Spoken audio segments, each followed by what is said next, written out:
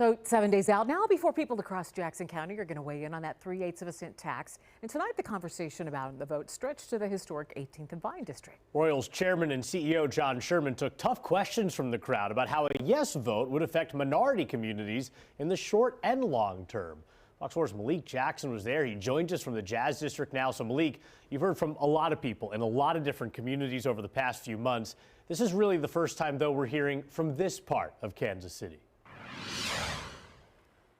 That is correct, Kevin and Lauren. We've heard from the same politicians over and over again. We've heard from different groups advocating for one side or the other. But this, as you mentioned, was something new. A conversation on how, if there is a stadium downtown, how that would affect our minority communities and one of, if not the most iconic neighborhood in all of Kansas City.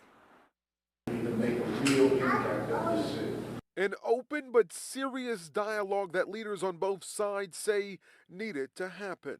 Well, we are focused on helping the minority communities that, and the CBAs kind of speak to that. They're real.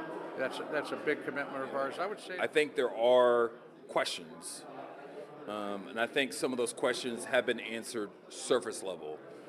I do think that is our opportunity and our right to hold the feet to the fire to make sure that those questions get answered as we move forward. One topic of concern, the CBAs and why they should extend past just the location of where the stadium would go. I think this shouldn't be about the crossroads and the East Crossroads. I think this should be about the surrounding neighborhoods. And 18th and Vine is one of the most prolific neighborhoods in the city. We want to make sure those businesses that have been down here when there's been nothing are the same businesses that will remain when there's something. While there are commitments to women and other minority communities, attendees wanted to ensure those aren't box checks, but are real, tangible ideas. But, owning a franchise like this is really all about the community. Sherman says he's not thinking about the outcome, simply doing all he can to make sure his side wins. He credits the length of the process to difficulty working with Frank White, but he says he wants the Royals here in Jackson County. Look, we are dedicated to the minority community. We love this area, but this is about, if we think about the city that we all live in, right in the region, this is about making sure that we sustain ourselves as a major league city, and that's gonna help everybody in all of our communities if we get that. It's not a one-way street. We're talking about how the Royals could benefit us, but the truth is our culture, our neighborhood, could also benefit them. And in the midst of all of the uncertainty that is out there, there is one thing that is certain.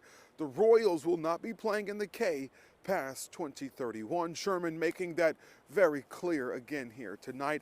The Royals CEO and chairman also confident that next Tuesday his side will prevail.